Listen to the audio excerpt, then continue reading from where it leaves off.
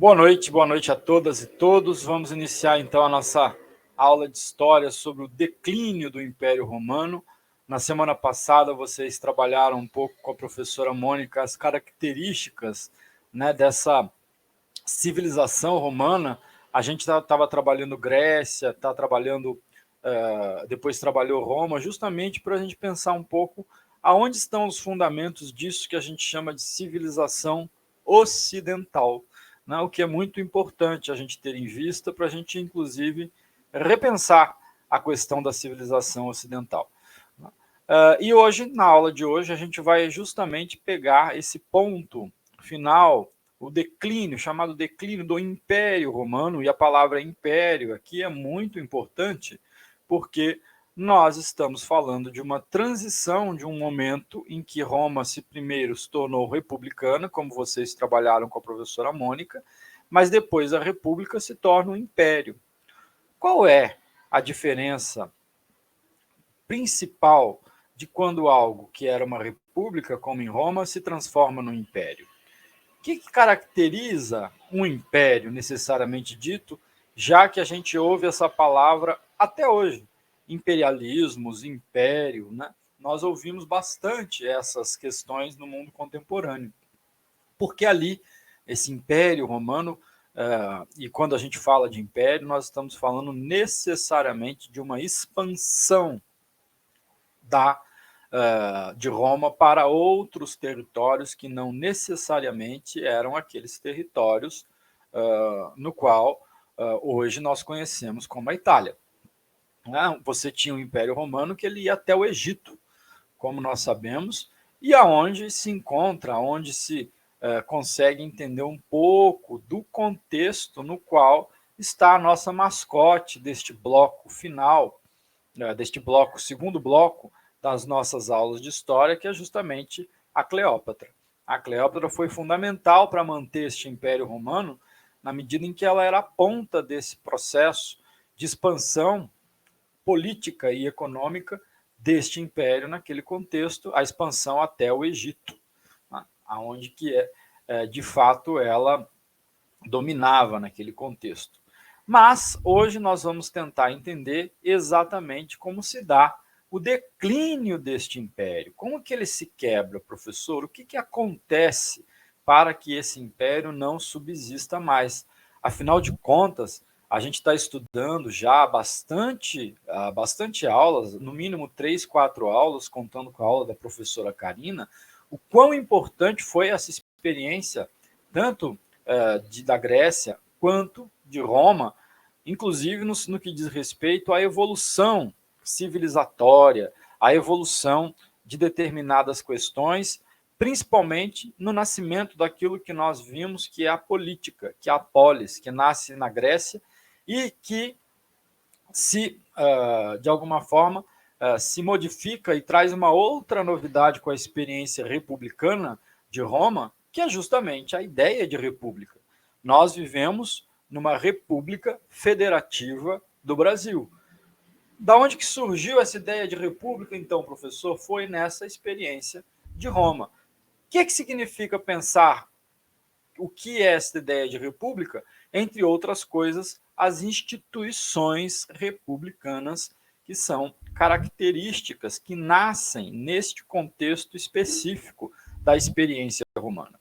E hoje, como eu já falei para vocês, nós vamos entender justamente essa transição da Roma republicana para a construção de um império e para entender, inclusive, o declínio desse império, que de alguma forma nos ajuda a entender o início do que os historiadores chamam de Idade Média. A Idade Média é justamente correspondente àquele sistema feudal que será a aula da professora Mônica na próxima semana.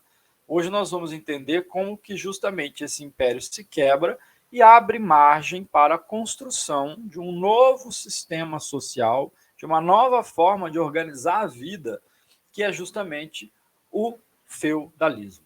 Mas vamos com calma. Oi, Sandra, boa noite.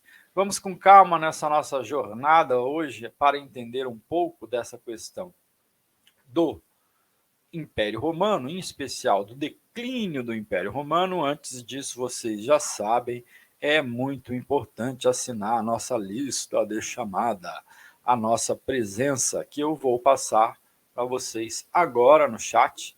Não se esqueçam de registrar o nomito de vocês, para que a gente possa iniciar a nossa aula, certo? Deixa eu passar a apresentação, portanto, da nossa aula.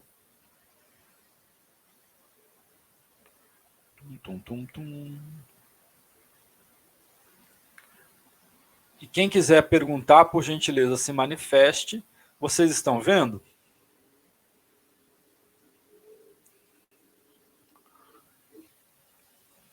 Vocês estão enxergando a apresentação? Sim, Lucas. Sim. Maravilha, perfeito. Então, para a gente entender 3 palavras, para a gente entender esse processo do declínio do Império Romano, eu vou chamar a atenção para vocês para 3 palavras fundamentais que vão estar na nossa aula de hoje. A ideia de bárbaros. Quem foram esses bárbaros? Por que são chamados de bárbaros, né? A gente, na vida cotidiana, no nosso dia a dia, né, quando a gente fala que uma coisa, né, ele agiu como se fosse um bárbaro, né, tem uma conotação muito negativa, né? E justamente essa palavra vem desse contexto específico de declínio do Império Romano e tinha um significado específico, portanto, também nesse contexto. Então, a primeira coisa que nós vamos explorar na aula de hoje é essa questão de entender quem eram, que povos compunham aqueles que eram chamados de bárbaros. O segundo ponto, que também nós vamos tratar para entender esse processo do declínio do Império Romano, é o que ficou consagrado, que foi chamado de Pax Romana. A Pax Romana, que foi um contexto primeiro, né, da chegada dos bárbaros no Império Romano, e que mais tarde nós vamos ver que essa pax, que vem da palavra paz mesmo, que é justamente o primeiro momento mais pacífico da chegada desses povos bárbaros, esse momento se rompe no momento em que outros povos também passam a migrar para o Império Romano, e assim há inclusive a destruição da cidade de Roma através das guerras, e que se abre, entre outras coisas, para um novo regime chamado colonato, que marca, como nós vamos ver a seguir, o período final do Império Romano e já é, de alguma forma, um indicativo da decadência do Império Romano. Então, essas 3 palavras, quando vocês chegarem nas provas de vocês, se alguma hora aparecer Pax Romana, vocês já vão saber, e já é preciso saber, que isso diz respeito a esse processo de declínio do Império Romano, mas nós vamos entender melhor e mais objetivamente o que isso significa nas próximos slides, certo? Primeiro ponto, quando a gente pensa em bárbaros, quem são os bárbaros? Eram aqueles povos que não tinham a cultura greco-romana. Ou seja, eles não falavam a língua greco-romana e também desconheciam os deuses greco-romanos. Como vocês viram, essas civilizações haviam deuses que estavam presentes na cultura, na religião, na espiritualidade daquele povo, e que os bárbaros, entre aspas, né, no sentido de que são os outros, os diferentes, não conheciam essa cultura, não estavam inseridos nessa cultura. Inclusive, nesse contexto, ou melhor, um pouquinho antes, né, ao longo exatamente da experiência grega, surgiu a palavra xenofobia. Xenofobia, que é uma palavra que a gente escuta bastante no contexto contemporâneo, porque tem a ver com a fobia, que é o medo do estrangeiro. O medo daquele que vem de fora. Essa é uma palavra de origem grega que foi muito utilizada nesse contexto final do Império Romano por um motivo muito especial. Começaram vários povos, como nós veremos a seguir, a migrar para Roma. Por que as pessoas migravam para Roma?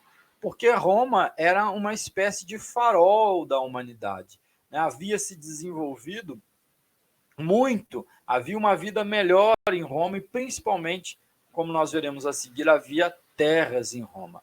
É interessante a gente pensar novamente essa questão da xenofobia e a questão do império, porque isso diz respeito, inclusive, à nossa realidade contemporânea, não é verdade? Quando a gente pensa em migração no mundo de hoje, né, ou quando a gente pensava em migração há 20, 30 anos atrás, quando muitas famílias, muitas pessoas migravam para os Estados Unidos com o sonho de ter uma vida melhor, nós estamos falando de um processo mais ou menos parecido que aconteceu também muito antes dos Estados Unidos se tornar o país dos sonhos de determinadas pessoas, e por isso essa migração aumentou para lá.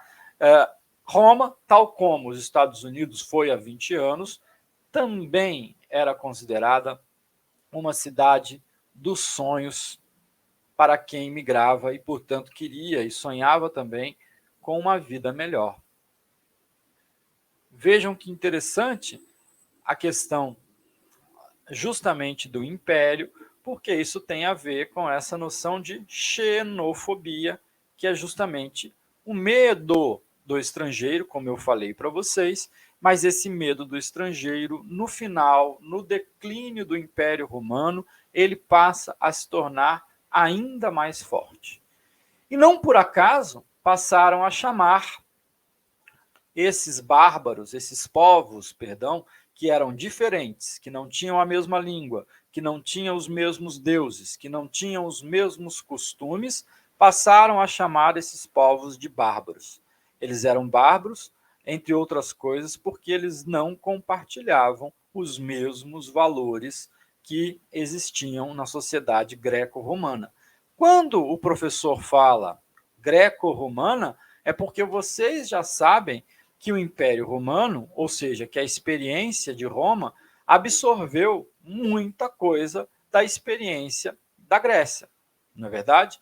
Então, eles criaram uma cultura mais ampla, né, que veio da cultura helênica, da cultura grega, e que depois, com a cultura romana, não foi jogada no lixo. Eles incorporaram grande parte desse arcabouço cultural, desses costumes que fazem parte dos costumes gerais chamados greco-romanos, que fazem, entre outras coisas, a constituição de uma sociedade.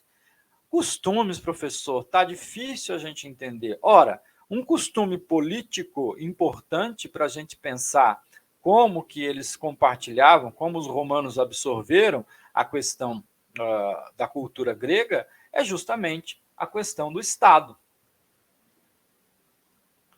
Lembra que a gente conversava que lá no mundo grego foi que surgiu a ideia de cidade-estado? Pois bem, vocês viram, na verdade, na última aula com a professora Mônica, que Roma também não jogou fora essa ideia de Estado. Muito pelo contrário, eles afirmaram essa ideia de Estado ao criar uma nova forma de governo, que era justamente a República.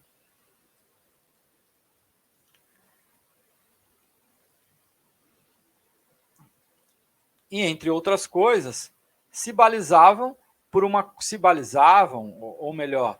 orientavam também por algo que surgiu lá na experiência grega que nós falamos, que é justamente o nascimento das leis e do magistrado.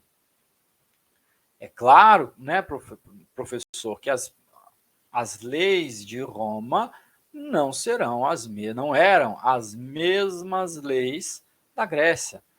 Mas o fato deles também terem leis e terem os legisladores pode ser considerado, sem dúvida, uma presença ou uma continuidade, de alguma forma, com a cultura política que vem e que nasce na Grécia. Vocês devem ter visto com a professora Mônica que uma das leis importantes nesse contexto é a chamada Lei das 12 Tábuas,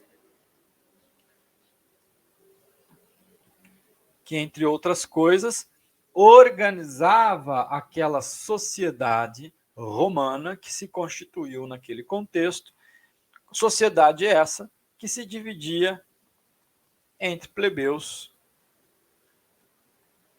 e patrícios.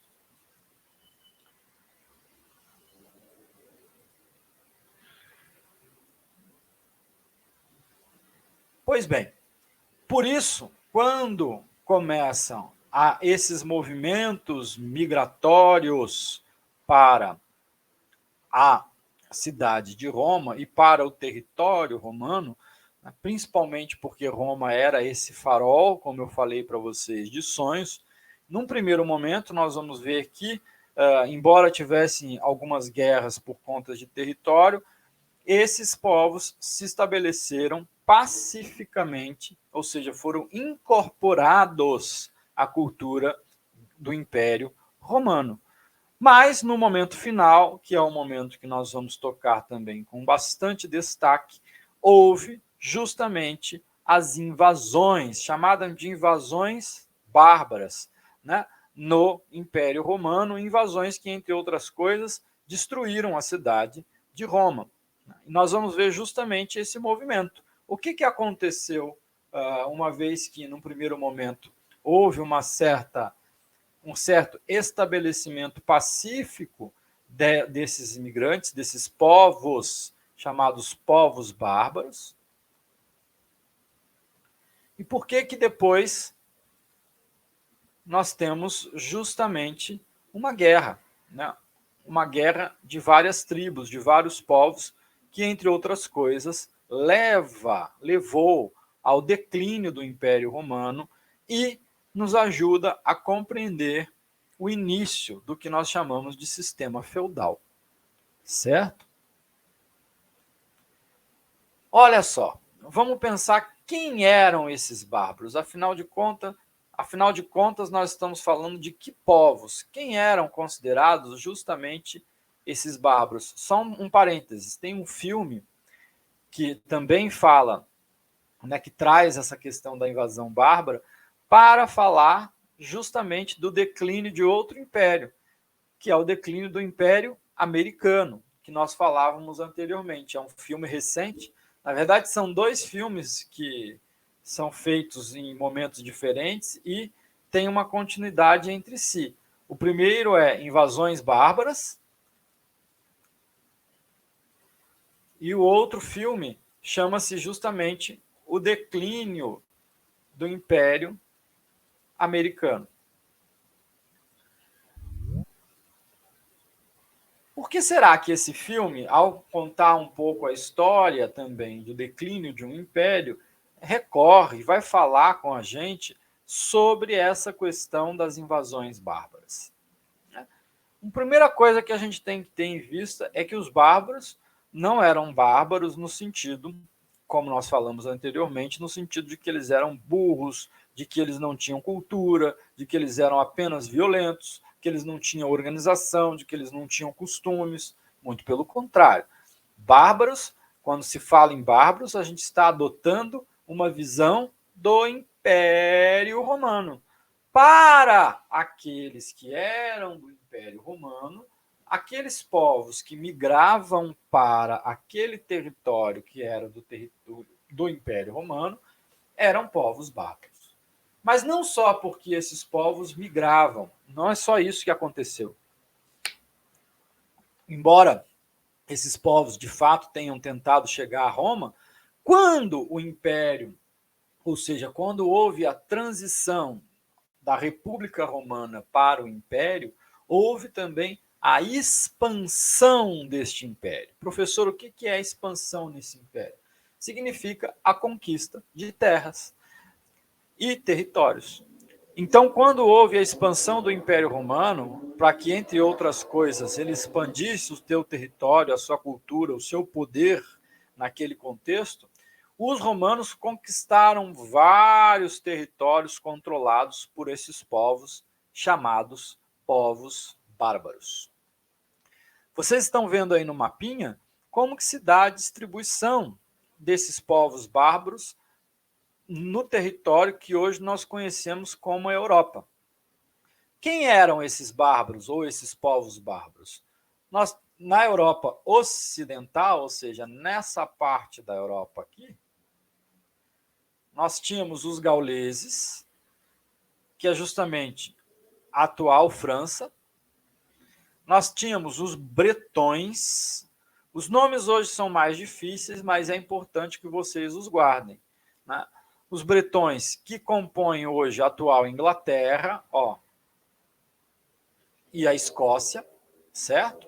Nós temos o povo celta. Lembra da sociedade de Celta, que nós falamos um pouco?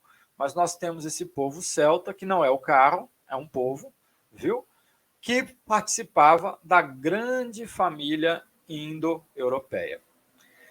Isso na Europa Ocidental. Desculpe. No leste e no norte, ou seja, nesta parte aqui, nós temos os eslavos, que hoje compõem a Polônia, a Rússia e a Ucrânia, entre outros países, e nós temos também os germanos. Muito importante isso, viu, pessoal? Guardar germanos. Germanos. Esse povo aqui é um povo importante para a gente compreender como que vai se dar essa migração e principalmente os confrontos com o povo romano, porque o povo germano é um dos povos que mais vai confrontar os romanos no momento do declínio deste império. Alguém já ouviu falar em coisa germânica? Ah, aquele cara é germânico. Vocês conhecem essa expressão germânico? É familiar para vocês ou não? Geralmente está ligado à Alemanha, né? Exatamente, exatamente. Mas a Alemanha é parte dos povos germanos que deram origem justamente à atual Alemanha, porque os povos germanos compreendem mais países do que são países hoje do que é somente a Alemanha. Mas exatamente essa característica germânica, né, vem exatamente desses povos que hoje compõem a atual Alemanha, a Noruega, a Suécia, a Holanda e a Bélgica. E esses povos germânicos... Pois não, pode perguntar.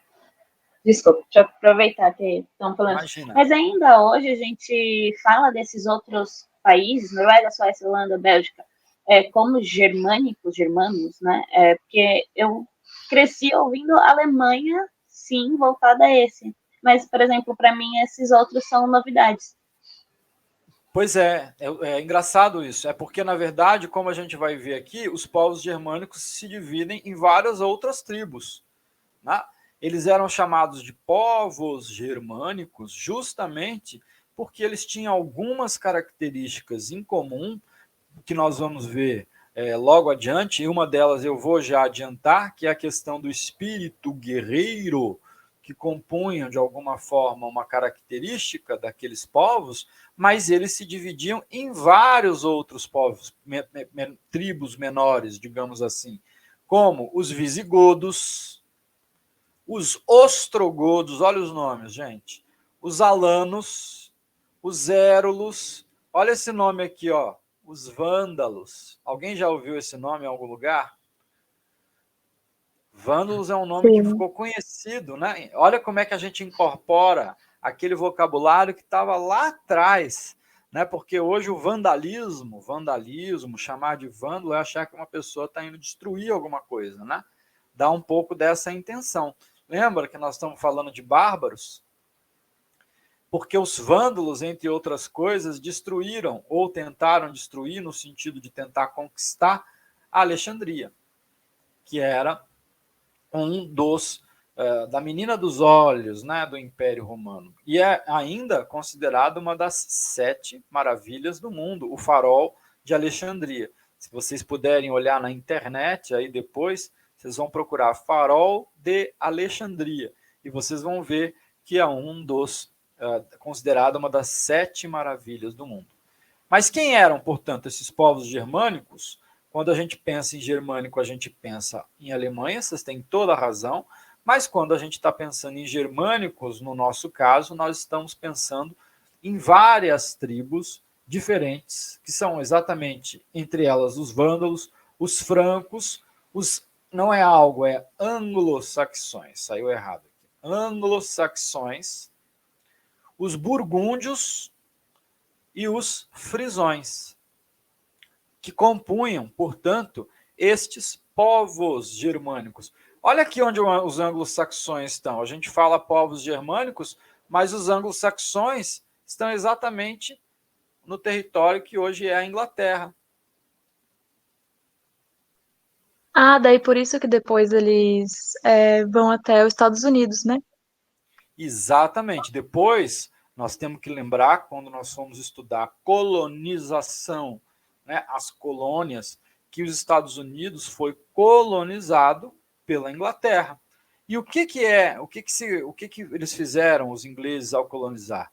Levaram para lá a fala, o inglês, justamente a língua inglesa. A língua inglesa, vocês já devem ter ouvido falar por aí, que é uma língua de origem anglo-saxônica, porque tem tudo a ver com esse povo, anglo-saxões.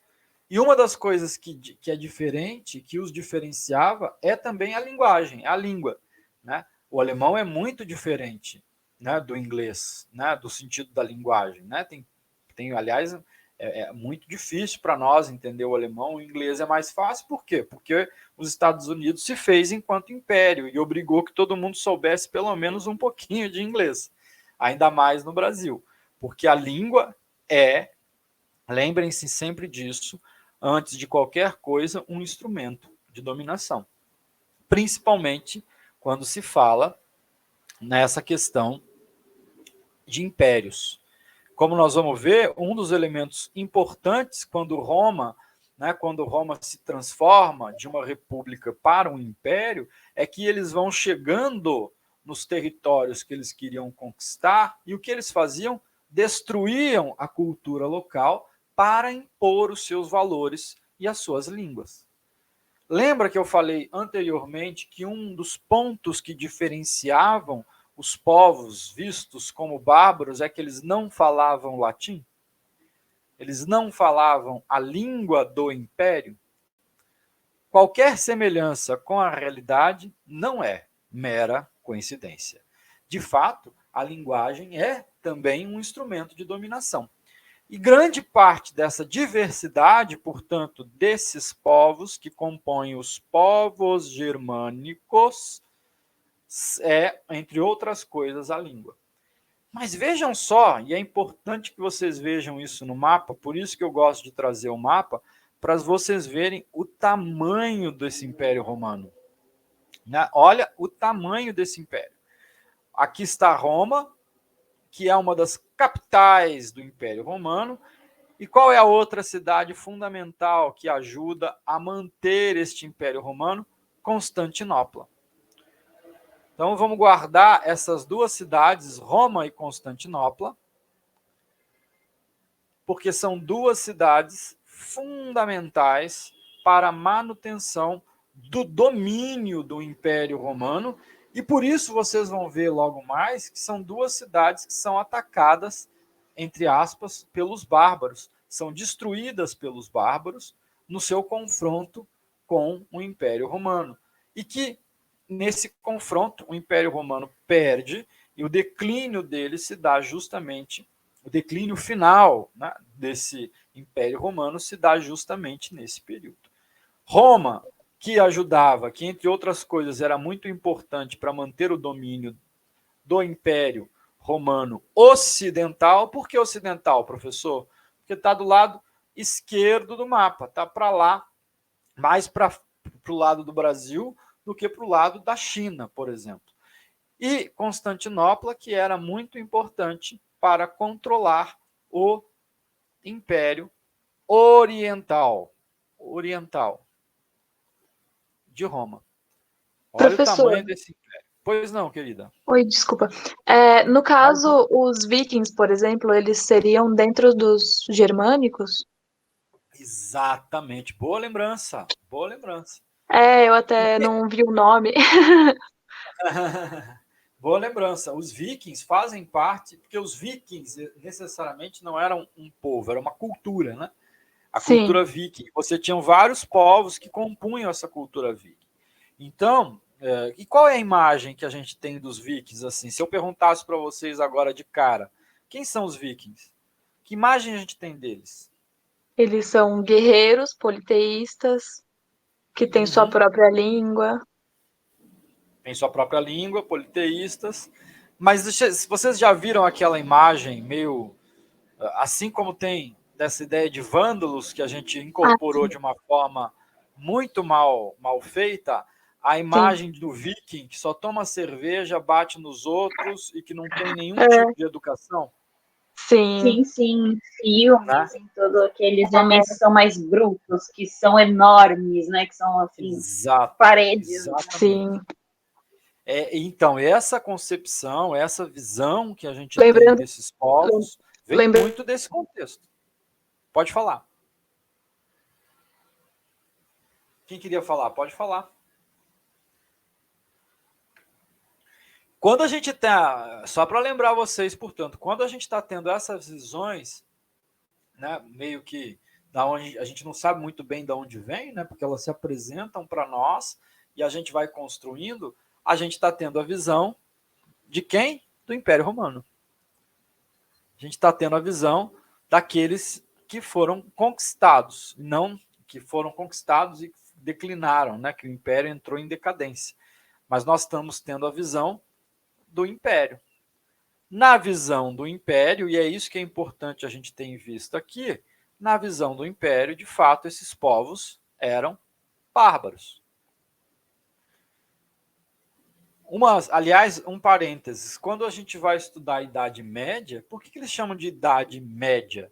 Né? Qual é a média para ter uma idade? Né? Idade Média, baixa Idade Média, eles ainda dividem. Né? A alta Idade Média e a baixa Idade Média. Né? Isso já é também uma visão de um novo império que se formava depois com o mundo moderno, porque uma das questões do mundo moderno tem a ver, que nós vamos trabalhar lá na frente, com o renascimento cultural, que acontece justamente nesse contexto da Itália. E o renascimento cultural pregava, entre outras coisas, a volta dos valores greco-romanos.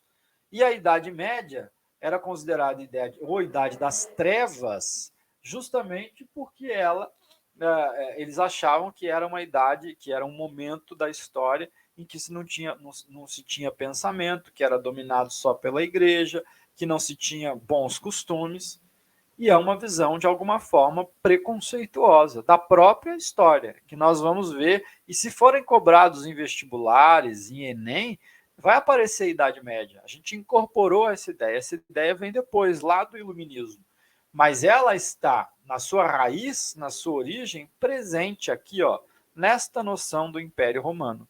Está presente, como eu falei para vocês, na visão imperialista do mundo, que dá, entre outras coisas, esta característica a esses povos, aos bárbaros, chamados de bárbaros. Mas, como nós vamos ver, eles não eram tão bárbaros assim, no sentido que a palavra bárbaro nos remete, no sentido de que eles eram brutos, burros, medievais, só sabiam brigar, muito pelo contrário. Tem costumes, inclusive, que até hoje nós carregamos na nossa vida cotidiana e que, de algum modo, vêm dos povos chamados bárbaros.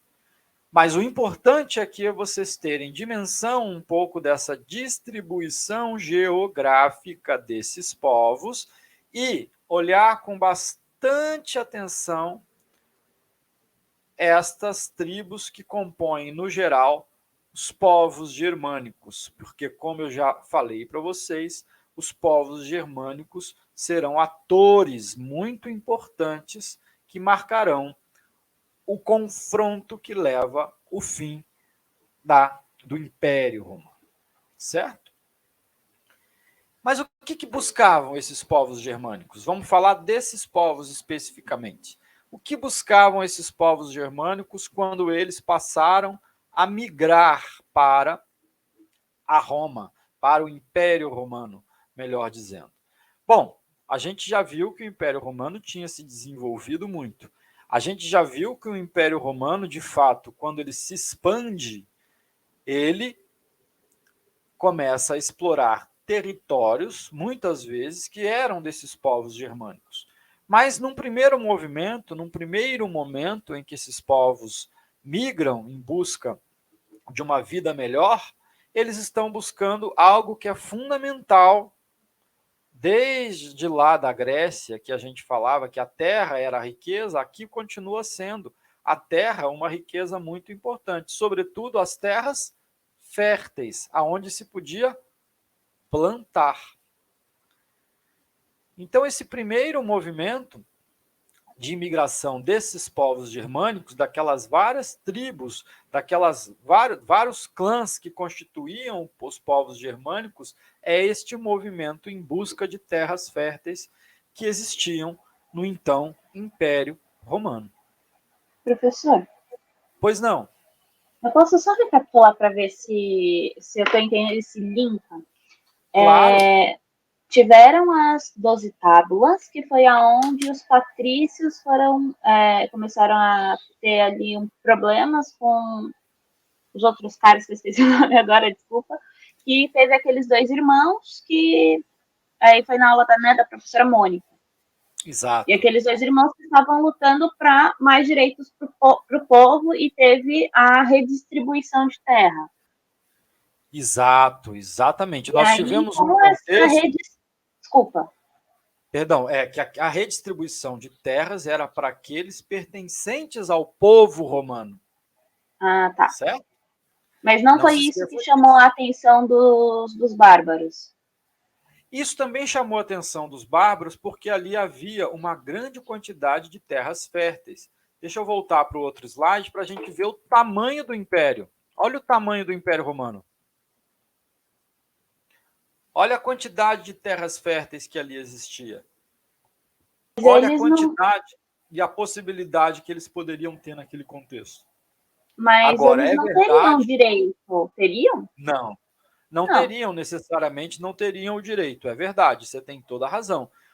Mas se a gente pensar, e é uma questão que você coloca muito importante, se um estrangeiro, ou melhor, um migrante chegar no Brasil, que direitos que ele teria?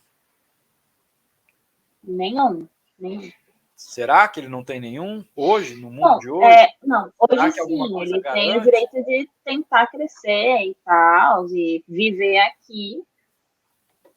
Inclusive, exatamente. Bom, mas direitos como um civil, né? Mas, assim, ele não vai ter, provavelmente, né, casa ou trabalho, ele vai poder construir aqui.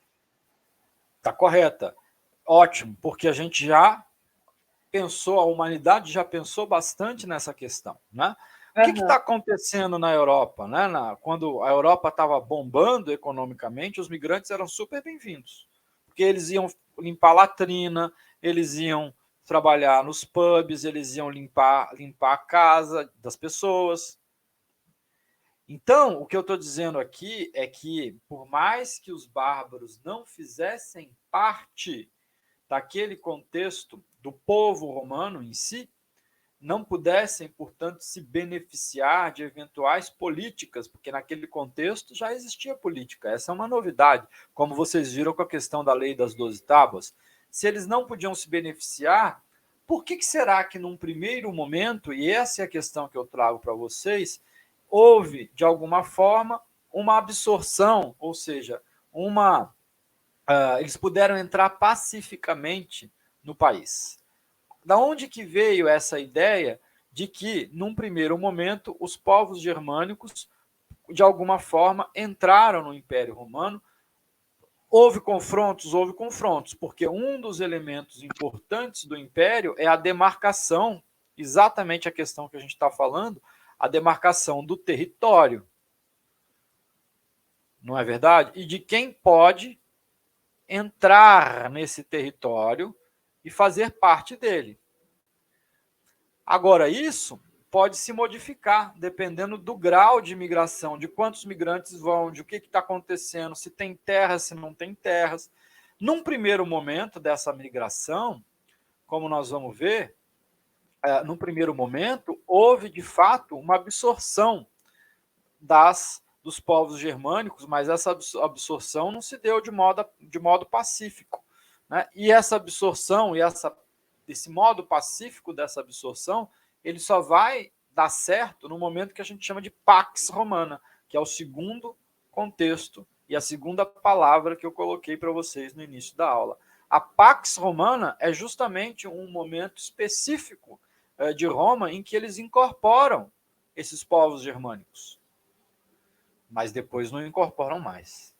E aí que está o ponto, tá certo? A questão de incorporar ou não incorporar, portanto, tem muito a ver com os interesses do império. Só um parênteses. Vocês sabiam que, até hoje isso é lei, se um cubano chegar nos Estados Unidos a nado e pisar no solo americano, ele tem direito à cidadania americana? Vocês sabiam disso? Não sabia, não. Não sabia. Por isso, se você jogar no Google, você vai ver lá várias fotos das pessoas nadando em barquinhos horrorosos, tentando sair de Cuba, que era uma foto do Império, né? Falava, olha, tá vendo como é que Cuba socialista se deu mal? Olha os Estados Unidos maravilhosos, não sei o que lá. E eles aceitavam, os cubanos, de alguma forma, a cidadania, se eles conseguissem pisar em solo americano. Mas é uma guerra para eles conseguirem isso, né? Ou não, isso aí foi uma política dos Estados Unidos para desestabilizar Cuba. Mas para os cubanos chegarem a pisar lá, isso para os cubanos não é simples. Aí que tá a brincadeira, né? Tem gente que atravessou a nado. Pessoas que o barquinho caiu e foram a nado, chegaram a nado. E é lei nos Estados Unidos que quando o cubano pisa no solo, dessa maneira ele se torna um cidadão americano. Mas aí são outras questões que também estão em jogo, é outro mundo, embora tenha muito a ver com isso que nós estamos falando aqui, que é justamente essa absorção dos povos germânicos, né? Afinal de contas, esses povos não eram tão bárbaros assim, ou não eram bárbaros de fato, como se pintava pelo Império Romano. E eles tinham noção disso. Opa. Pois não. Eu só ia perguntar se tinha questão de aliança também, né? Porque eles têm terras em outros lugares, e aí provavelmente eles queriam daquele lado. Eu acho que a aliança, como vocês verão a seguir, é uma aliança de tentativa de manutenção do Império Romano. Entendi. Enquanto os povos germânicos eram interessantes, se tornaram interessantes para evitar uma guerra e promover a manutenção do Império Romano, deu tudo bem. Sim. Essa é a primeira parte que nós vamos ver. Deu tudo certo. Tanto é que, olha só, esse historiador também, aqui... pelo Império... Pode falar. Pelo Império...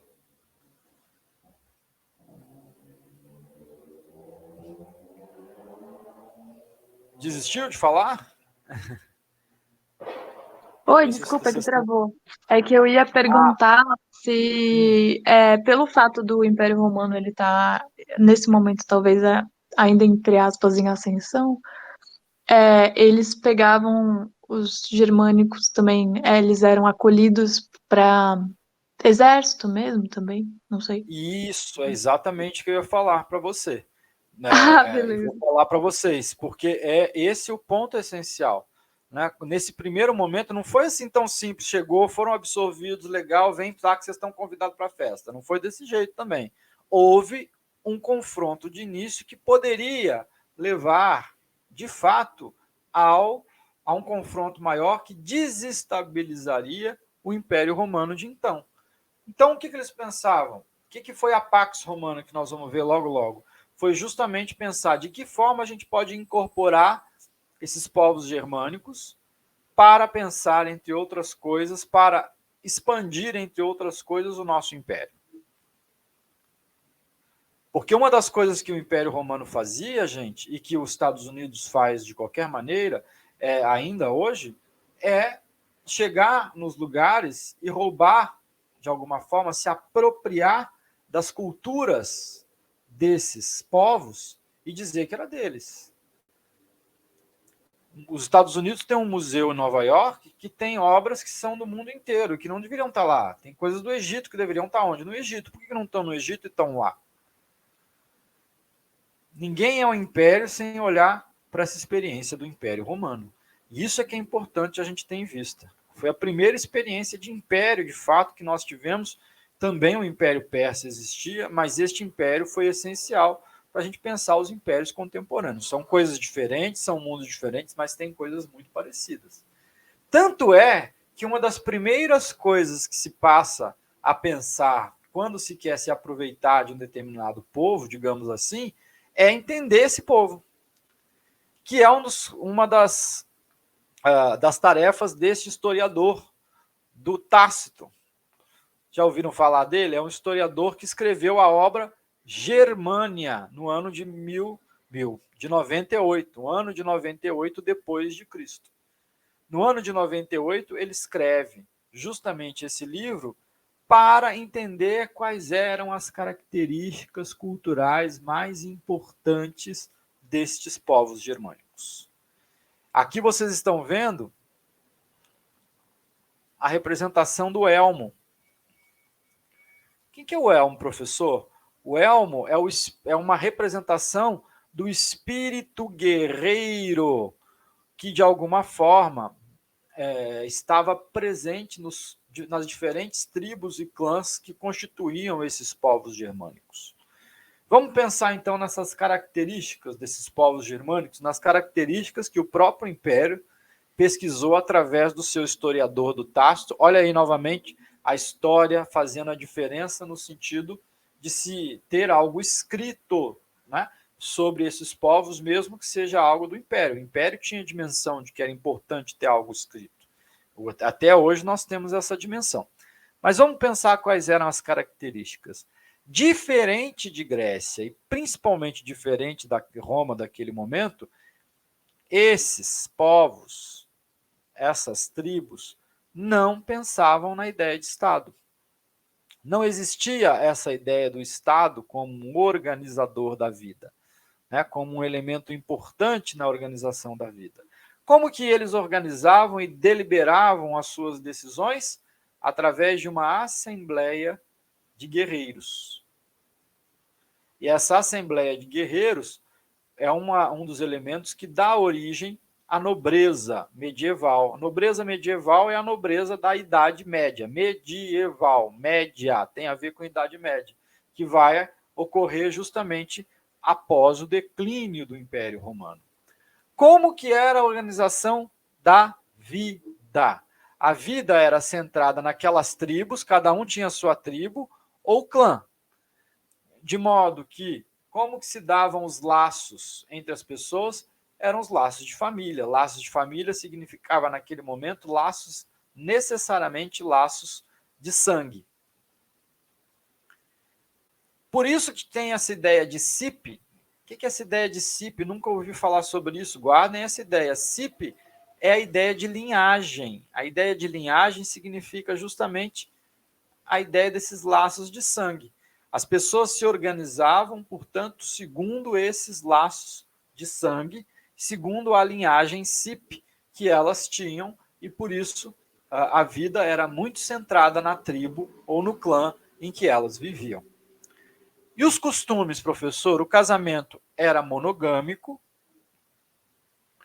que é casamento monogâmico? Casamento com uma pessoa só, da maneira que a gente tem, inclusive, hoje, e é ilegal a gente ter 3 maridos, 2 mulheres, enfim, chama-se bigamia, né? Aqui era monogamia, casamento monogâmico. A mulher tinha direitos iguais aos homens. Em que sentido, professor? Ela dividia a tarefa de proteção da família com os homens e ela tinha direito à herança, coisa que não acontecia, por exemplo, na sociedade grega, né? Nós vimos o que as mulheres eram na sociedade grega. Elas não podiam fazer absolutamente nada. Lembra na música do Chico, das mulheres de Atenas. Mas aqui não. aqui elas tinham direito à herança. Dentro dessas tribos dos povos germânicos, elas tinham um papel diferente. Qual era a atividade principal desses povos? A agricultura, pecuária e a pilhagem. Quem sabe o que é pilhagem? Alguém se arrisca?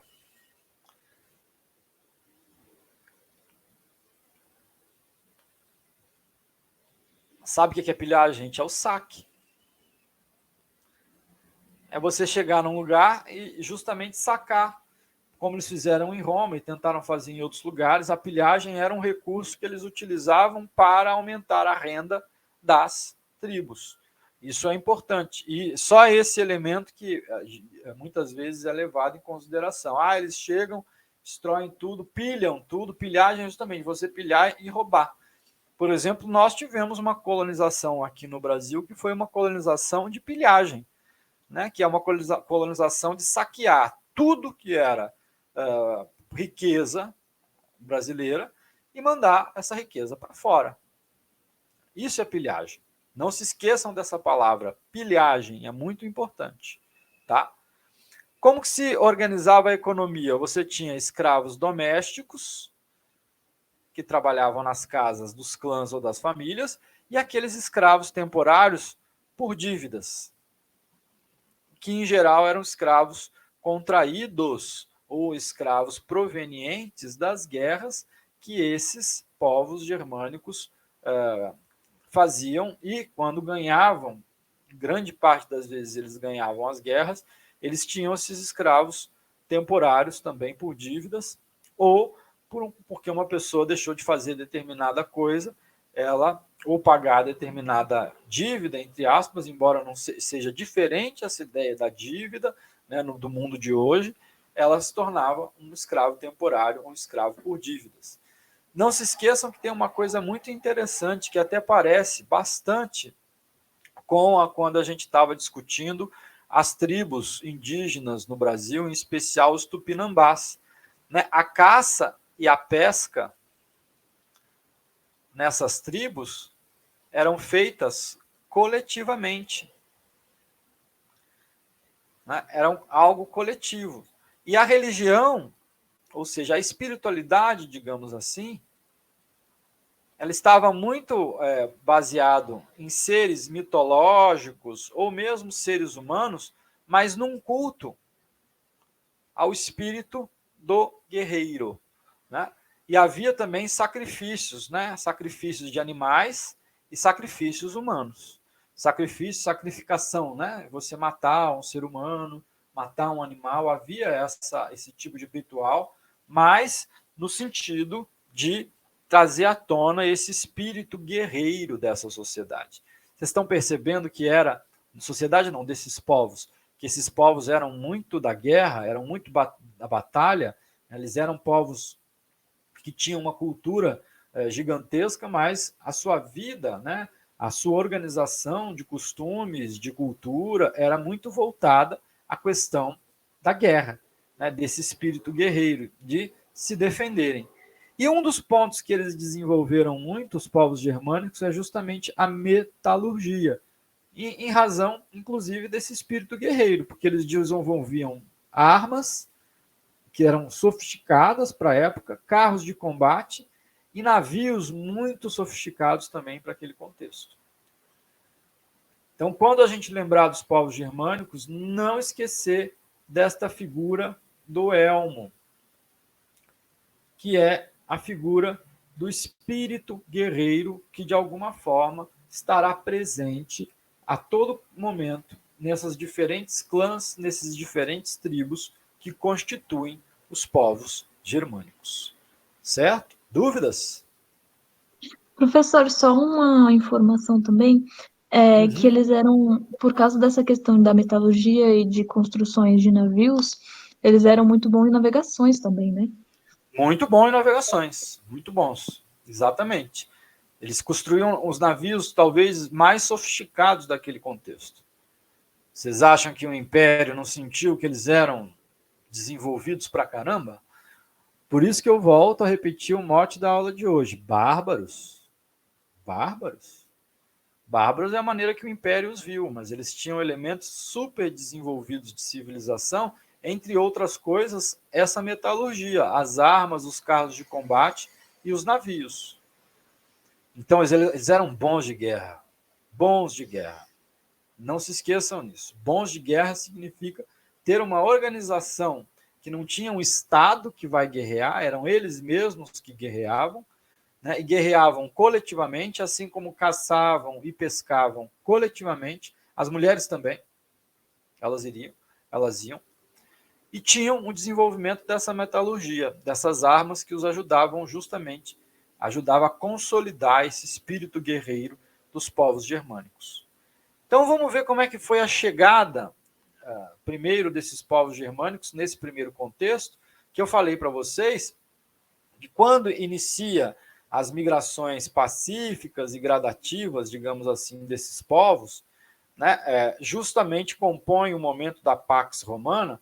Não foi bem assim, né? Não foi assim, foi tudo muito bem, vem e entra para a festa. Não, no início teve confronto, mas o Império Romano percebeu que eles eram bons de guerra e que era possível, entre outras coisas, aproveitá-los dentro do próprio império, como eu falei para vocês, para fazer valer os interesses desse império.